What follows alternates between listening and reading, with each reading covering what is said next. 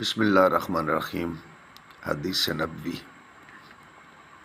رسول اللہ صلی اللہ علیہ وآلہ وسلم نے فرمایا، اللہ تعالیٰ کے نزدیک سب سے زیادہ پسندیدہ 4 کلمات ہیں: سبحان اللہ، الحمدللہ، لا الہ الا اللہ اور اللہ اکبر۔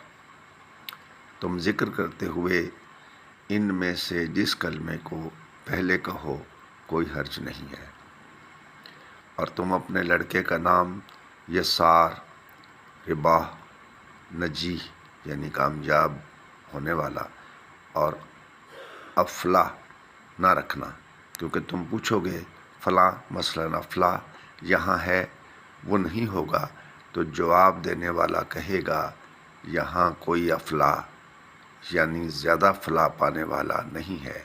صحیح مسلم، حدیث نمبر 5601۔